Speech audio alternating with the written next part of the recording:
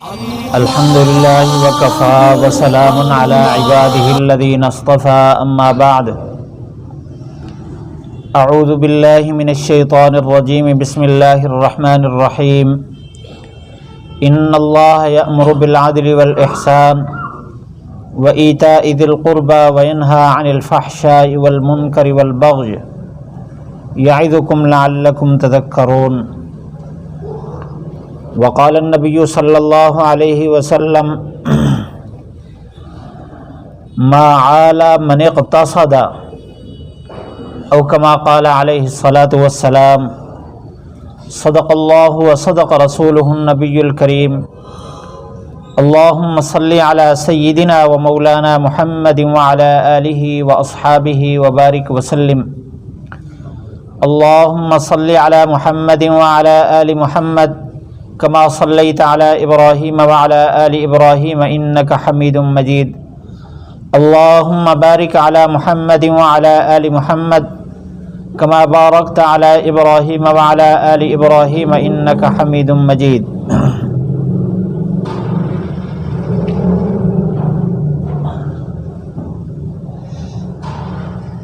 اللہ تعالیٰ نے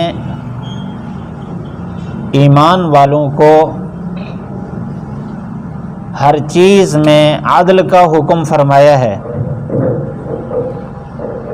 ان اللہ یأمر بالعدل،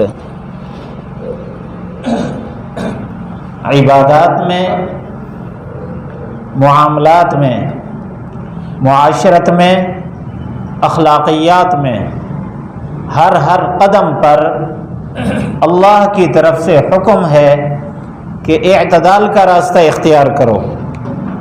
اعتدال کامیابی کا راستہ ہے۔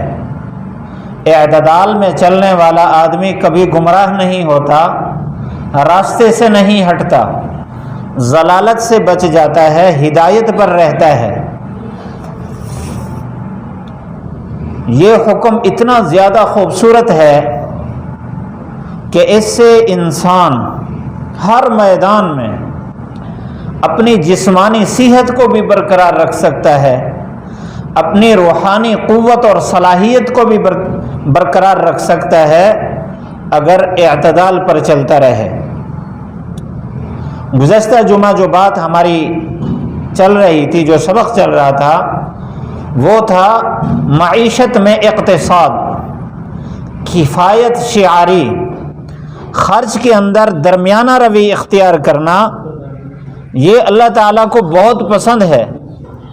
اللہ تعالیٰ نے قرآن مجید میں ایمان والوں کی صفات بیان کرتے ہوئے فرمایا والذین اذا انفقوا لم یسرفوا ولم یقتروا وکان بین ذلک قواما۔ اللہ کے مقرب وہ لوگ ہیں جب خرچ کرتے ہیں نہ اسراف کرتے ہیں اور نہ ہی بخل کرتے ہیں، بلکہ درمیانی راستہ اختیار کرتے ہیں۔ خرچ کے اندر درمیانی راستہ اختیار کرنا یہ معیشت کے میدان میں انسان کے لیے پرسکون زندگی اختیار کرنے کا بہترین ہتھیار ہے۔ اس وقت پوری دنیا میں اکثر لوگ پریشان ہیں معیشت کی بنیاد پر۔ پہلے تو نچلا طبقہ، جو غربا کا طبقہ جس کو نچلا طبقہ کہتے ہیں، اولاً وہ متاثر ہوا ان وباؤں سے، پھر اس کے بعد متوسط طبقہ، اب جو شرفاء اور اغنیاء ہیں ان کے حالات بھی انتہائی پریشان کن۔ اگر امت ہر میدان میں اللہ کے نبی صلی اللہ علیہ وسلم کی پیروی اختیار کرے اور اطاعت پر چلے تو کبھی بھی پریشانی نہیں ہوگی۔ وہ حالات آج امت پر نہیں ہیں معیشت کے حوالے سے جو حالات صحابہ اکرام رضوان اللہ علیہم اجمعین میں کے تھے، لیکن کتنا حسن معیشت کو اختیار کرنے سے ان کی زندگی کے اندر حسن تھا۔ اب جو سلطنت کے بڑے حکمران ہیں یا ان کے وزراء ہیں، ان کے گھر کھانے پینے کی اشیاء سے خالی، اور جو عوام الناس تھے عوام الناس یعنی وہ حکمران کے اقربا نہیں تھے، محبین تھے، متبعین تھے، ان کا گھر مالا مال ہے، ان کے گھر میں فراوانی ہے۔ روایت میں ہے اللہ کے نبی صلی اللہ علیہ وسلم ایک دن باہر تشریف لائے، مسجد میں دیکھا اس وقت صدیق اکبر رضی اللہ تعالیٰ عنہ وہاں ہیں، حضرت عمر رضی اللہ تعالیٰ عنہ بھی وہیں ہیں۔ تو انہوں نے آپ صلی اللہ علیہ وسلم نے فرمایا کہ مجھے تو بھوک نے گھر سے باہر نکالا، آپ کو کس چیز نے نکالا اس وقت؟ کیونکہ یہ وقت نہ نماز کا ہے، یہ وقت کسی خاص عبادت کا نہیں ہے، تو آپ کس مقصد کے لیے آئے ہیں؟ انہوں نے عرض کیا اللہ کے رسول، جس چیز نے آپ کو باہر نکالا ہے اسی چیز نے ہمیں نکالا ہے، یعنی ہمیں بھی بھوک لگی ہے، بہت پریشانی ہوئی، اس لیے ہم باہر نکلے، شاید کوئی صورت بن جائے۔ آپ صلی اللہ علیہ وسلم نے فرمایا چلو اپنے انصاری بھائی کے پاس چلتے ہیں۔ انصاری بھائی کے گھر گئے تو وہ اس وقت موجود نہیں تھے، باہر تھے۔ جیسے آپ صلی اللہ علیہ وسلم وہاں پہنچے اور آپ کے یہ دو وزیر جو مشیر خاص تھے، یہ جب وہاں پہنچے تو وہ انصاری صحابی بھی آ گئے،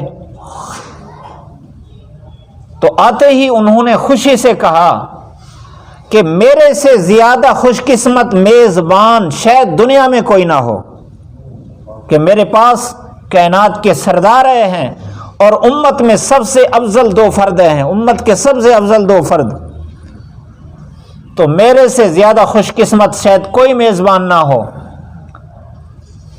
پھر اس کے بعد گئے جلدی اپنے باغ سے کھجوروں کا ایک خوشہ لے آئے جس میں کچی پکی کھجوریں ملی جلی تھیں، آپ صلی اللہ علیہ وسلم کے سامنے رکھ دی دسترخوان پر، اور ساتھ ہی چھری لی، یوں قریب سے گزرا۔ آپ نے جب دیکھا کہ چھری ہاتھ میں ہے اور یہ جا رہے ہیں، آپ سمجھ گئے کہ یہ کسی جانور کو ذبح کرنے کے لیے جا رہے ہیں، تو آپ صلی اللہ علیہ وسلم نے فرمایا خیال کرنا کوئی اچھے جانور کو ہاتھ نہیں رکھنا، درمیانہ والا جانور لینا ہے، درمیانے والی آپ میزبانی کر لیں۔ تو گئے وہاں ایک بکرے کو ذبح کیا، بنایا، آپ صلی اللہ علیہ وسلم نے کھایا اور آپ نے خوب دعائیں دیں۔ یعنی یہ وہ حالت ہے کہ سلطنت کے حکمران ہیں اور دو ان کے خاص مشیر اور وزراء ہیں، ان کے گھر میں فاقہ ہے۔ ان حالات میں اللہ کے نبی صلی اللہ علیہ وسلم نے معیشت کے اختیار کرنے کا جو راستہ بتایا ہے، قیامت تک آنے والے ہر امتی کے لیے بہترین نمونہ ہے۔ انسان کے پاس جو مال آتا ہے، مال کے لانے اور خرچ کرنے میں 4 قسم کے حکم لاگو ہوتے ہیں۔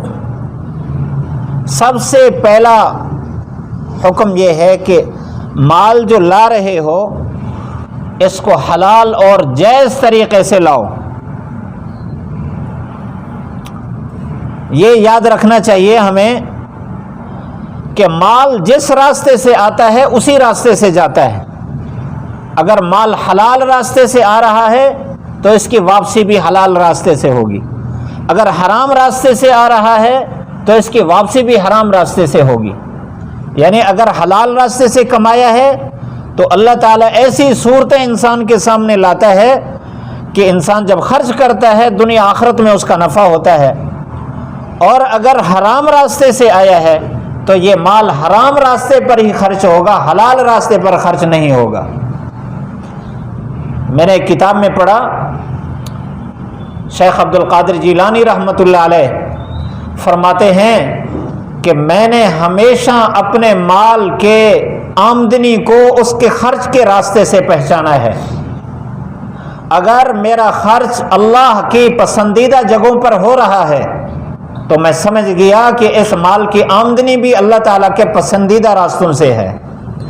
اگر میرا مال ایسی جگہ پر خرچ ہوا جو اللہ تعالیٰ کی ناپسندیدہ جگہ ہیں، میں پہچان گیا کہ یہ مال جو آیا ہے یہ ان راستوں سے آیا ہے جن راستوں کو اللہ پسند نہیں فرماتے۔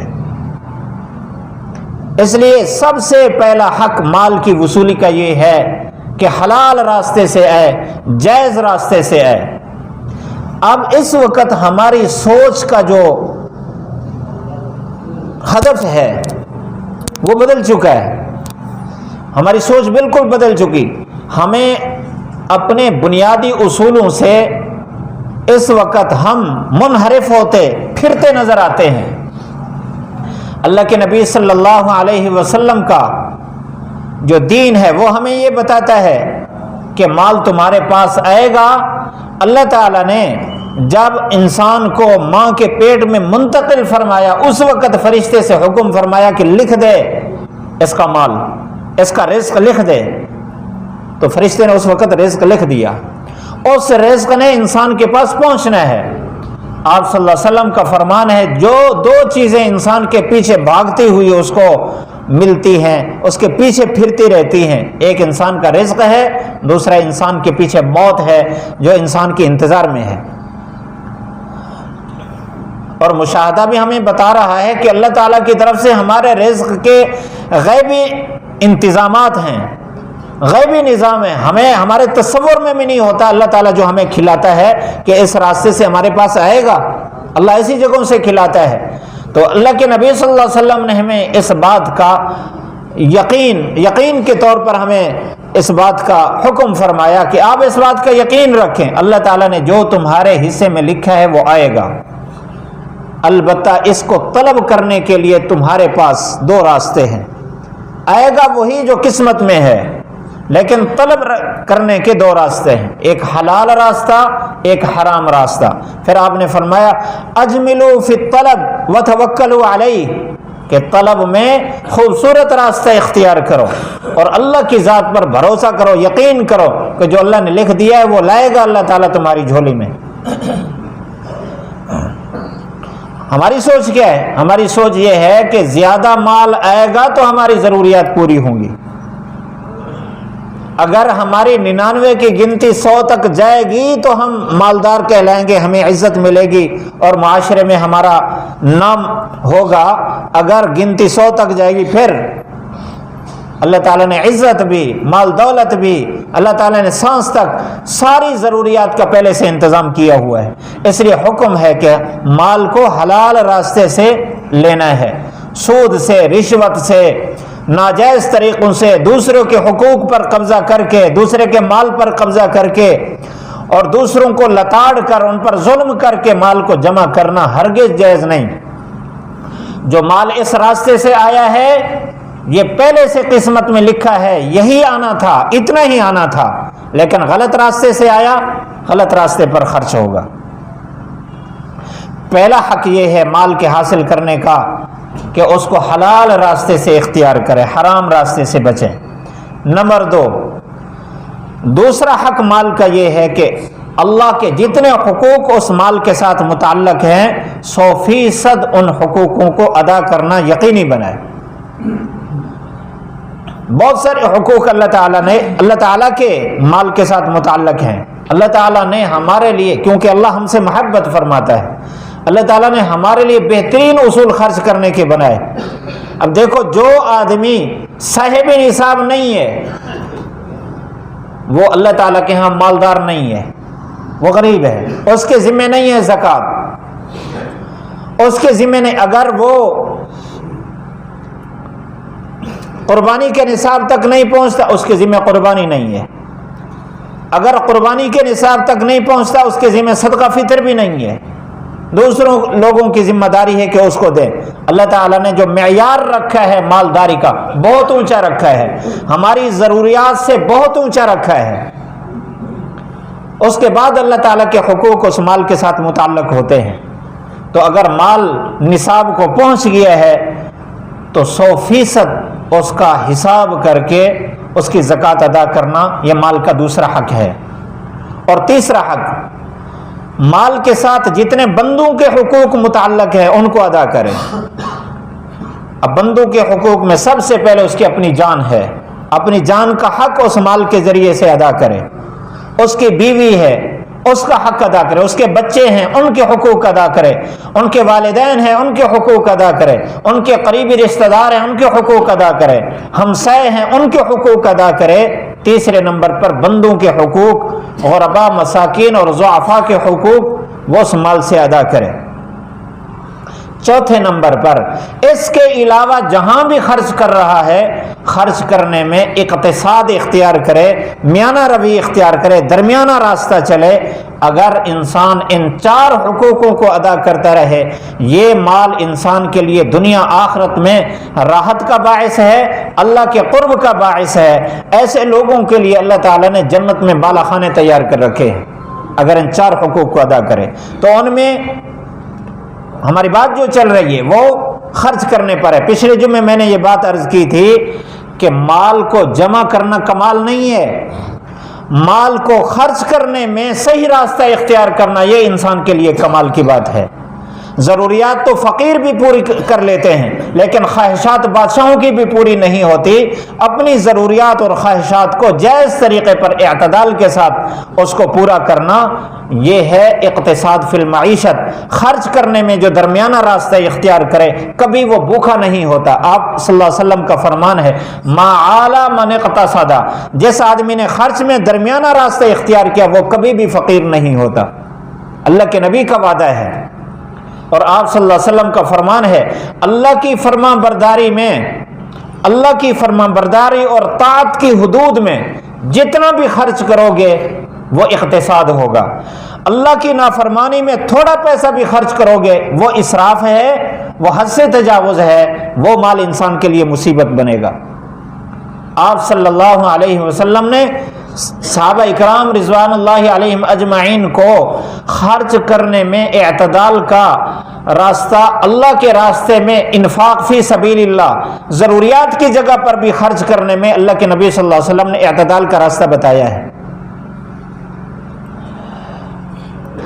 یہ واقعہ مشہور ہے، آپ پڑھتے ہیں سنتے ہیں فضائل اعمال میں، ہمارے احباب سناتے ہیں کہ حضرت طلحہ رضی اللہ تعالی عنہ کا باغ تھا مسجد نبی کے سامنے۔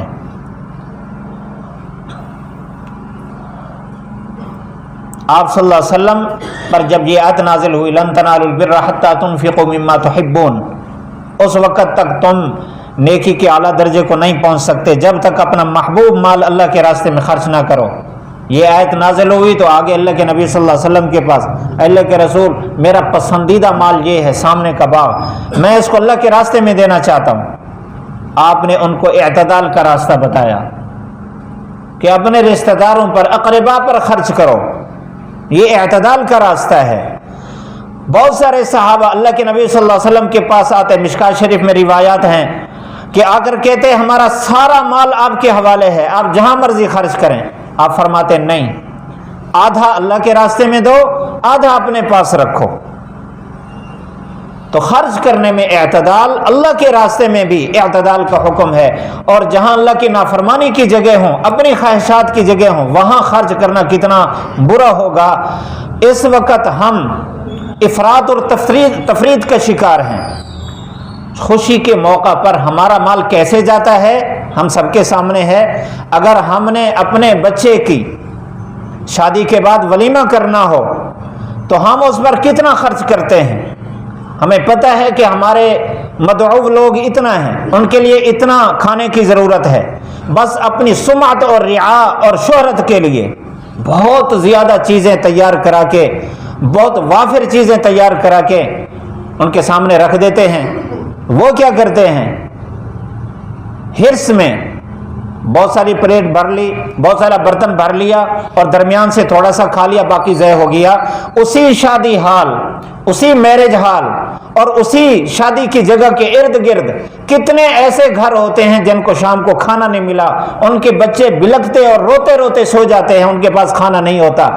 قریب ہی میرج ہال میں اور شادی ہال میں مال ضائع ہو رہا ہے، اللہ دیکھ رہا ہے۔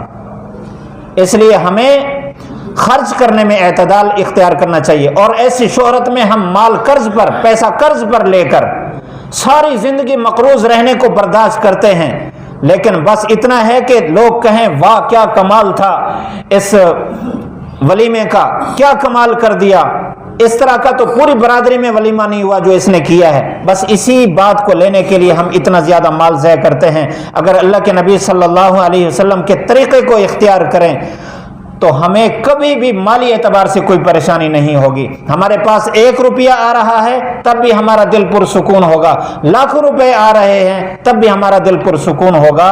اس لیے ہمارے لیے ضروری ہے اللہ کے نبی صلی اللہ علیہ وسلم کے اس حکم کے تحت, بلکہ اللہ کے اس فرمان کے تحت, ان اللہ یامر بالعدل, معیشت کے اندر بھی اعتدال اختیار کرنا ہے, خرچ میں بھی اعتدال اختیار کرنا ہے, کفایت شعاری کو اختیار کرنے سے انشاءاللہ ہمیں دلی سکون ملے گا.